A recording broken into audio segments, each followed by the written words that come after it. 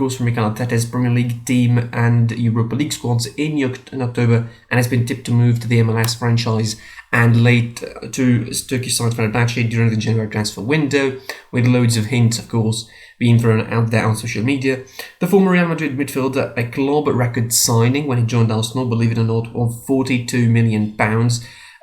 What is the story with Arsenal and record signing? Like, Mesut Ozil career just fizzed away after a couple of seasons, and now we have Pepe, who is also Arsenal's record signing with €80 million, doesn't really know what to do at the moment. Featured in only 12 of Arteta's first 16 games in charge of the Gunners, but he hasn't really made an appearance since his suspension of the football amid the coronavirus pandemic.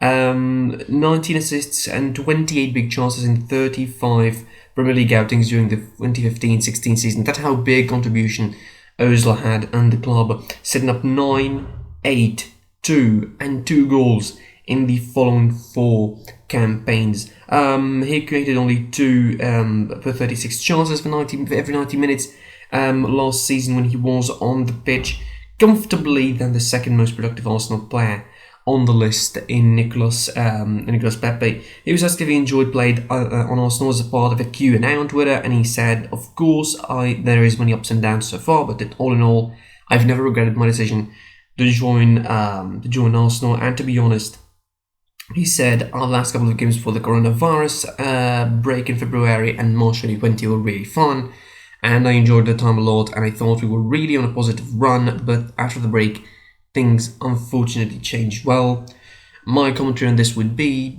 it's easy to say that you never regret joining a team when you get paid £350,000 per week. That was in pounds, sorry. Per week, really. And you've moving on into worse news, to be fair. Paulo Dybala is going to be missing 15 to 20 days due to ligament injury. Of course, Paulo Dybala suffered an injury against Sassuolo in the last outing for Juventus, 3-1 when they won 3-1, of course, in a hard win against Sassuolo in Turin. That injury probably going to be, pretty awful considering its timing and considering that Juventus are starting to picking up a serious momentum into the Serie A race. The last thing they would need is to lose one of their pivotal players, really, in Paulo Dybala. And yes, his season hasn't been that good, but still, he's one of the most important players in that Juventus side. Another player in another big club that injuries are really didn't do him well, and we're talking here about Eden Hazard. The debate was on Spanish radio at the weekend after another underwhelming display for Eden Hazard in his first start for the club since November. Most of Madrid's football media really didn't look kindly on Gareth Bale's time at the club, and they started already comparing Eden Hazard to the Welsh international. But again, it's a seriously absolutely stupid, I think, debate in my opinion. And yes, Eden Hazard hasn't been that impressive so far in his stint with Real Madrid.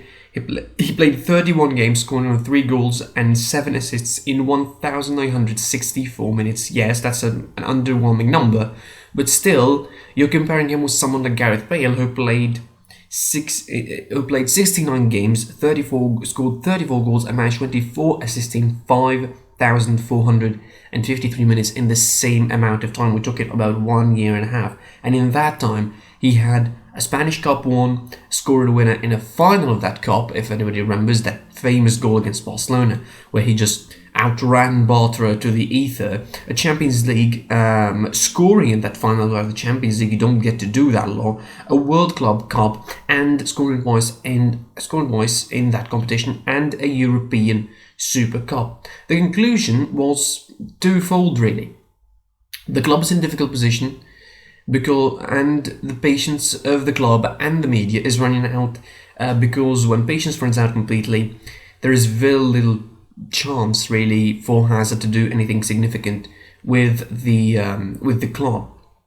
They said, of course, he costs more than they will ever get close to raising for him in the current transfer market situation. He earns far more than the club could be interested in paying him. They're basically saying they're overrated. That is what they're trying to say. They were saying that he's overrated, but they were trying to make it sound a little bit more professional. They're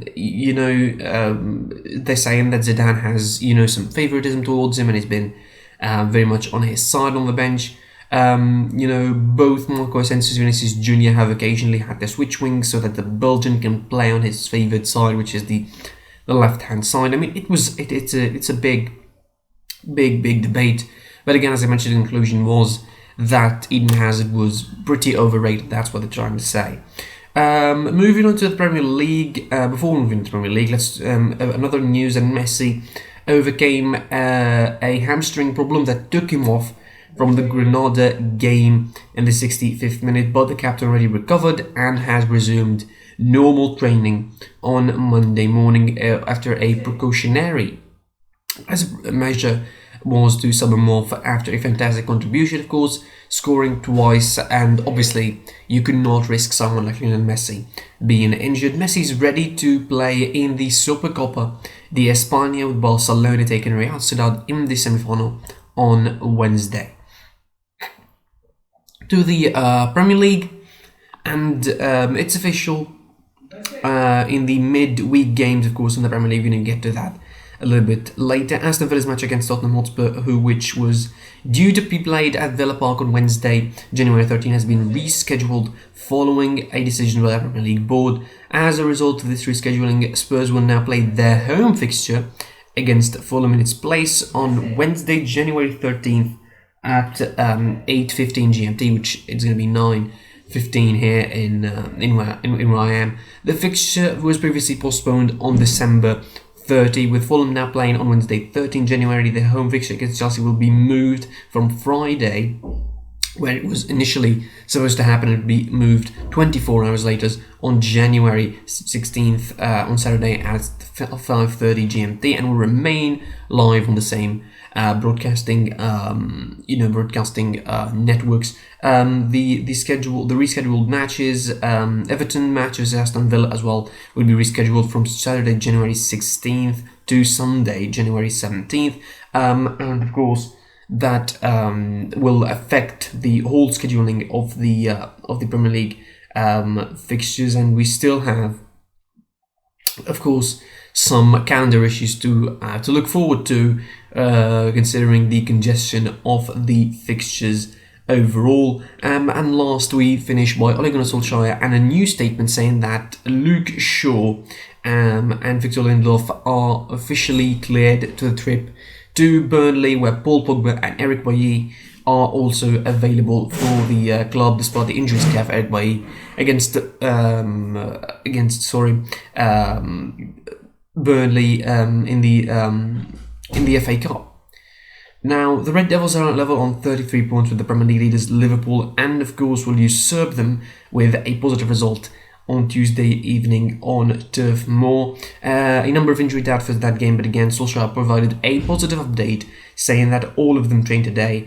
Paul and Eric, meaning Paul Pogba and Eric Bailly, just didn't do all of it, but Luke and Victor, meaning Luke Shaw and Victor Lindelof, did all the training. He said that he got a decent amount of players to pick from, so let's see how Eric and Paul are tomorrow for the training. Edison Cavani is also fine and fit to return after the injury/suspension he had for the last couple of matches, but he said he's ready to go.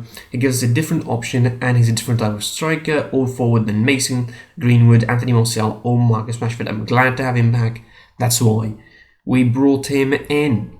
Let's keep on going, of course, and this midweek on Tuesday and Wednesday, there is a lot of action also to get into. Football doesn't stop and seemingly will not stop at the moment.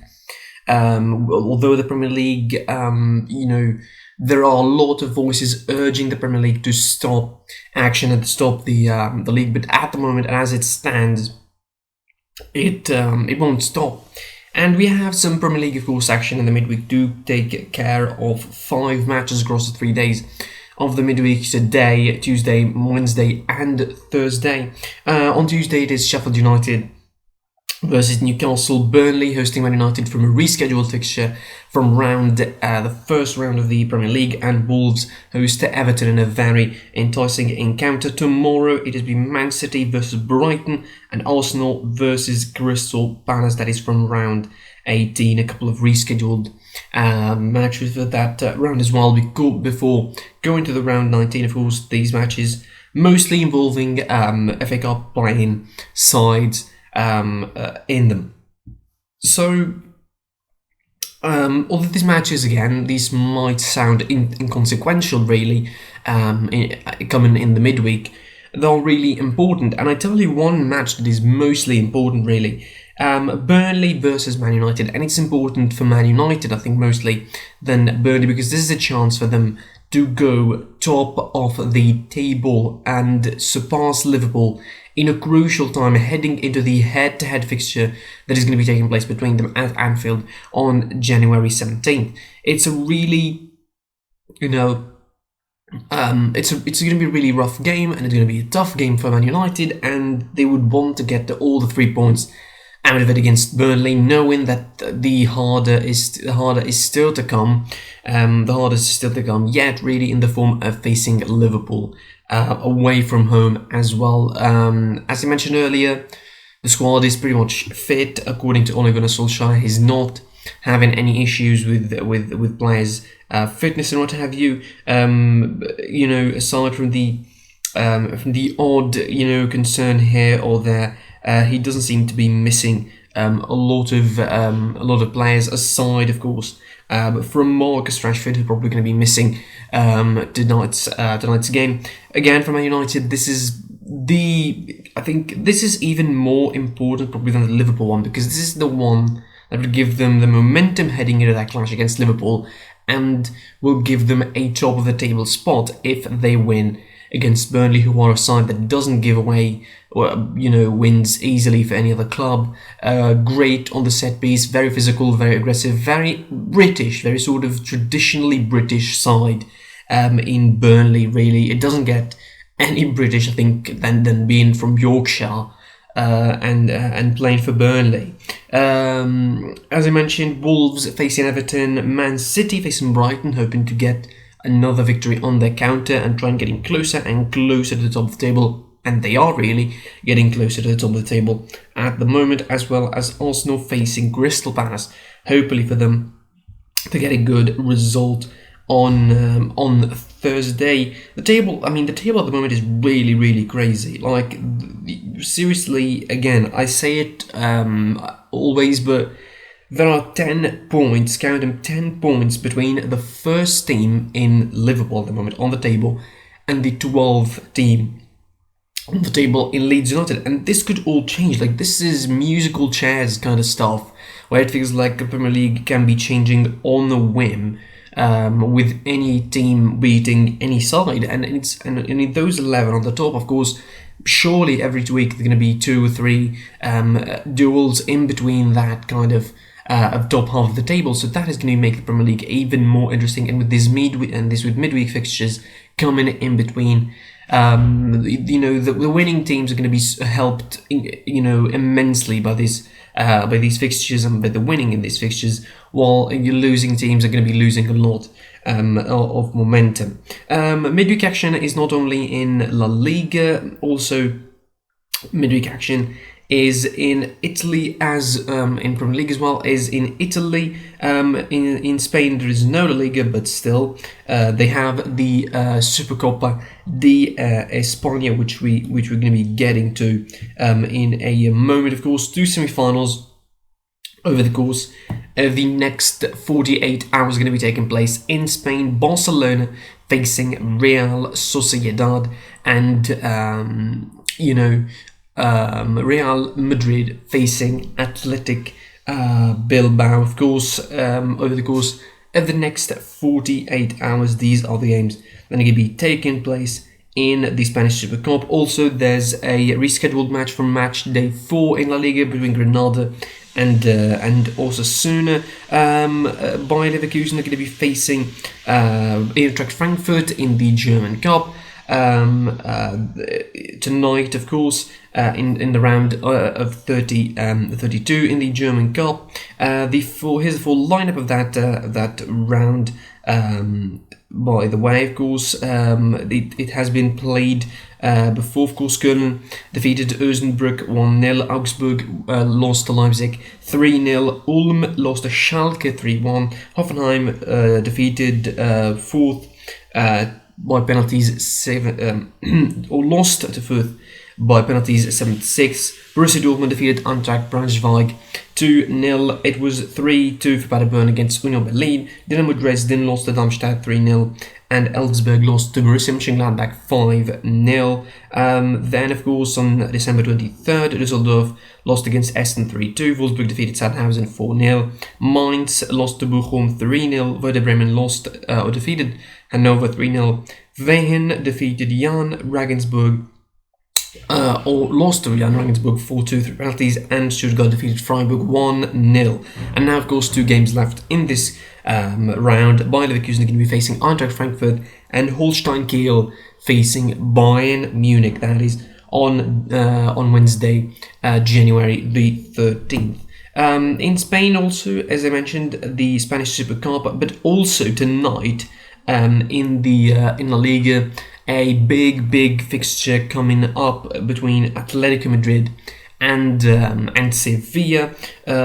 Certainly a big game, of course, for Atletico Madrid, one of the 3 games that they have in hand, hopefully for them to win and take big advantage of the table, but certainly against a side like Sevilla, who are not that far from the top spots, 30 points at 6 behind Real Sociedad, also themselves on a couple of games in hand as well, compared to the likes of Barcelona, Real Madrid and Villarreal, who have only 1 game in hand, and Real Sociedad, who finished all of their in-hand games. This is going to be big for Atletico Madrid. A win here, of course, would take them 4 points ahead of their closest competitors in Real Madrid, as well as going to be taking them probably, they have the potential to make it 10 points leading into the business end of the season if they manage to win all of their 3 games in hand.